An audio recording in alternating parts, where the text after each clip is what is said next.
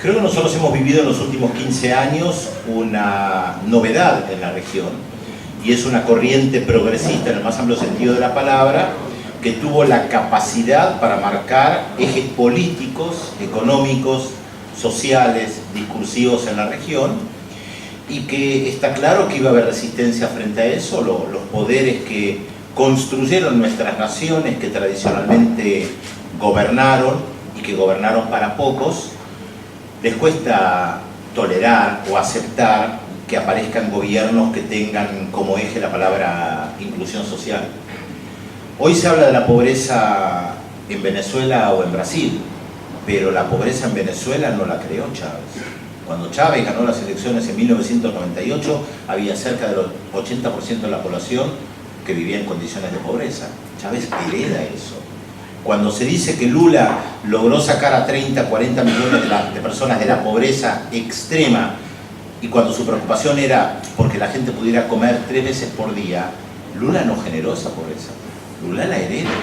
Lo que él quiere hacer es justamente incluir a millones de personas que históricamente habían sido excluidas. Por eso tratan de derrocar a Dilma Rousseff, por eso tratan de derrocar a Nicolás Maduro, por eso trataron de derrocar a Rafael Correa y a Evo Morales, porque tenían una política inclusiva. Y esto es algo que los sectores tradicionales que han gobernado para pocos, para una pequeña minoría, no pueden tolerar, porque se afecta su poder económico, porque se afecta su poder social, diplomático, cultural, su hegemonía cultural y mediática. Y creo que lo que estamos viviendo es justamente esa disputa. El cambio de gobierno en la Argentina, por supuesto que ha sido importante para los sectores conservadores, liberales, de derecha, no importa ahora cómo lo definamos en la región. Le dio un impulso a la oposición en Venezuela para ganar las elecciones a la Asamblea Nacional. Esto no implica que ganaron gracias al cambio de gobierno en la Argentina, pero sin lugar a dudas esto tuvo una influencia, de la misma manera que tuvo influencia en Brasil, y hoy hay una sintonía política entre el gobierno argentino y el gobierno interino, del presidente interino, Michel Temer, que vayan a saber por cuánto tiempo se queda.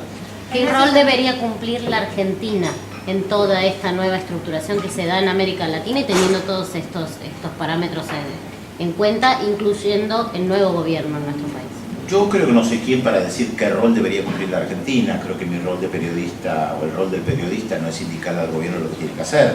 En todo caso, yo puedo marcar en el contexto regional qué rol está cumpliendo la Argentina, o cuáles son los alineamientos regionales en las diferentes disputas políticas, diplomáticas, ideológicas que hay. ¿Y cuáles son, en esos dos sentidos, cuáles son los lugares que ocupamos hoy? Y está claro que el nuevo gobierno argentino de Mauricio Macri está alineado con los sectores conservadores, liberales, neoliberales, de derecha en la región. No lo ocultan, no vengo a descubrir nada nuevo, ni soy peyorativo al utilizar estas expresiones.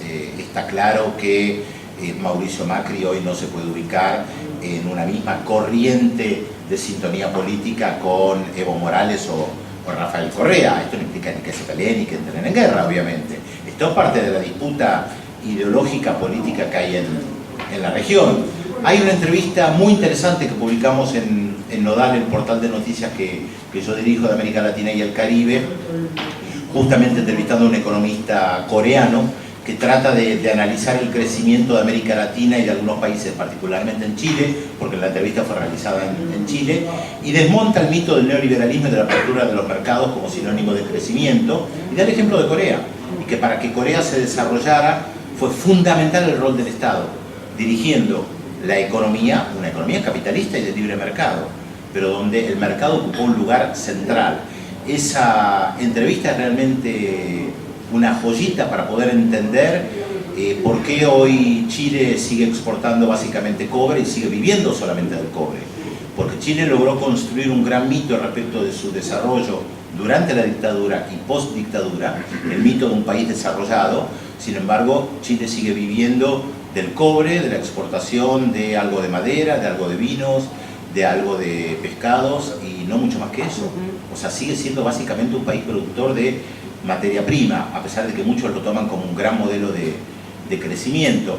Y este profesor coreano es muy interesante como él desmonta la situación en Chile comparándola con Corea y plantea los límites de las políticas de aperturas irrestrictas que tienen los que adhieren a las políticas neoliberales, y retoma algo que no es nuevo, porque es bueno recordarlo, que todos los países que crecieron lo hicieron cerrando sus economías y no abriéndolas para ser destruidos. Uno puede ir a la historia del colonialismo británico, francés, para recordar cómo evitaron el desarrollo de otras regiones, Paraguay por ejemplo, acá en el siglo pasado, o Egipto también en el siglo XIX, cuando Egipto comienza a competir con el Reino Unido, con Inglaterra básicamente, con la industria textil a mediados del siglo XIX, hay un gran acuerdo entre los británicos, los franceses y el Imperio Otomano para destruir el desarrollo egipcio. Estas son cosas que hay que tomar en cuenta, que tienen que ver con la historia, pero que tienen que ver con la realidad, cuando otra vez se plantean estas panaceas de mercados abiertos y de libre comercio que básicamente favorecen a los sectores más poderosos.